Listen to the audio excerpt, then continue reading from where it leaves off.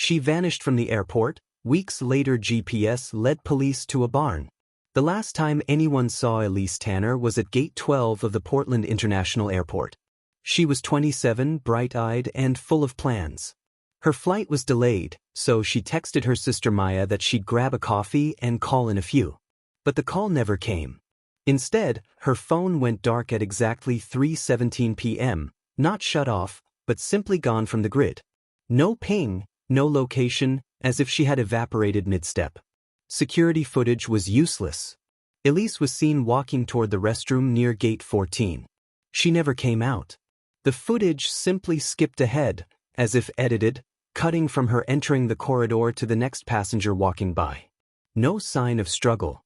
No glitch, except that the timestamp jumped forward by exactly 2 minutes and 11 seconds. Long enough for a person to disappear. Maya didn't panic at first. Elise had a habit of being impulsive. Once she missed a flight to chase a street musician to another city, but by nightfall, something felt off. Her calls went to voicemail. Her text messages stayed unread. By the next morning, Maya filed a missing persons report. At first, the police thought it was a classic case of cold feet or willful disappearance. Elise didn't have enemies. She wasn't in debt. Her last social media post was a selfie captioned, "Next stop, Seattle cloud with rain, sparkles," taken from the airport lounge. It wasn't until the third day, when her GPS history began updating itself, that things got strange. Elise's phone hadn't been off. It had been offline, tucked far away in a place where signals struggled to reach. The first ping showed up briefly near a highway off-ramp in rural Washington. Then again, 3 days later, near a secluded stretch of farmland. But there was no sign of her. Just coordinates. Just a blinking dot, pulsing faintly, near an abandoned barn outside of the small town of Kettle Ridge. Maya begged the local authorities to check it out. It took days for them to agree. By then, the phone signal had disappeared again. But something else was left behind. In the hayloft of that forgotten barn, they found Elise's carry-on bag. Untouched. Pristine. Her wallet still inside. A coffee receipt from the airport, timestamped 2:52 p.m. And one more thing, a Polaroid photo, still developing when they arrived. It showed Elise standing in the barn. But she wasn't alone. Behind her, half shrouded in darkness, stood a man. His face was not visible, just a silhouette. But his arm was wrapped around her shoulder, and her eyes in the photo were wide, almost pleading. 2 weeks after Elise vanished from the airport, her phone, thought to be turned off or destroyed, pinged a single location deep in rural Kentucky. A barn, miles from any main road, where GPS signals usually died. Detective Carmen Rivas was the one who caught the signal. She had been quietly monitoring Elise's accounts and devices, refusing to give up even when the case was unofficially labeled cold. The signal was faint, just a blip, but enough to triangulate. The barn was nestled among rows of dead cornfields, its roof partially caved in, rust seeping down the once red wood. It didn't look like it had been used for anything but rotting silence. And yet, Elise's phone was inside. The search team entered cautiously.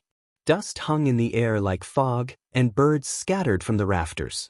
In the far back, behind stacks of hay bales, they found something they couldn't explain. A mattress. A space heater. A stack of neatly folded clothes. And under a loose floorboard, her phone, powered off, wrapped in plastic, and placed atop a crumpled note.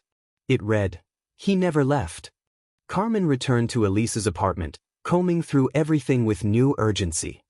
Hidden in the back of Elise's bookshelf, behind a row of travel guides, was a diary. It hadn't been opened, at least not by police, during the initial sweep. Its final entries detailed a stranger Elise had met in an airport terminal weeks before. A man with a limp, gray eyes, and a voice she said felt too familiar.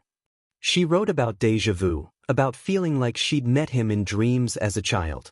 The final sentence chilled Carmen. "He says he knew my mother, that she escaped once, but not completely." Elise's mother had died when Elise was 12. The official cause had been suicide, but family members had always whispered about paranoia, about her mother locking doors multiple times a night and claiming they were watching from the fields. It wasn't random. Elise had been lured, broke down during a televised interview. "If she's alive," he wept, "please come home." Then one night, Carmen received an alert. Motion sensor, Elise's apartment. The police arrived within minutes. The front door was unlocked. Inside, Elise was sitting on the couch. She was silent, wearing the same clothes from the airport footage. Her eyes were unfocused, lips cracked, and skin cold despite the heating. She only said one thing: "I never left the terminal." Reviewing airport surveillance again, Carmen noticed something off. In the footage where Elise walks into the bathroom, she never walks out. Instead, a woman with the same coat, same bag, exits 3 minutes later. But her posture is different. She walks slower, tilts her head at odd angles. Freeze frame. Not Elise. Carmen compared the footage from that day to older airport logs. The same woman, or someone who looked eerily like her, had been seen at that terminal multiple times over the past 20 years. Always alone. Always watching. A deeper search of the barn revealed a hidden staircase beneath the floor. It led to a small, soundproofed room with photographs taped to every wall. Hundreds of images of women at airports, bus stops, train stations, all unaware they were being watched. In the center of the room was an old suitcase.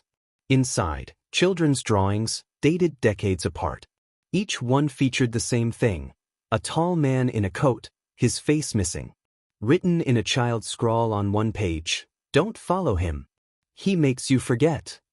Elise began to speak again, slowly, in fragments. She described a room that hummed, where time didn't pass. Where others were frozen, repeating things they didn't remember saying. A man whispered to her through a grate, "They only find you when you want to be found." Carmen ran a facial recognition scan on the woman from the footage. The system found nothing. No ID. No database hit. Except one anomaly: the same face appeared in a grainy photo from 1976.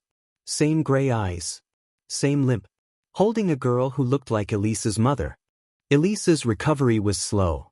But she started drawing, over and over, the same barn, the same stairs, the same man. Then she drew a new picture, herself, with Carmen, standing in a field of static, like on a broken TV. One day, Elise vanished again. From her locked hospital room. The camera footage? Static. And that night, Carmen received a photo. No message. Just an image. Elise standing in the middle of the barn, smiling. And behind her, a figure with no face.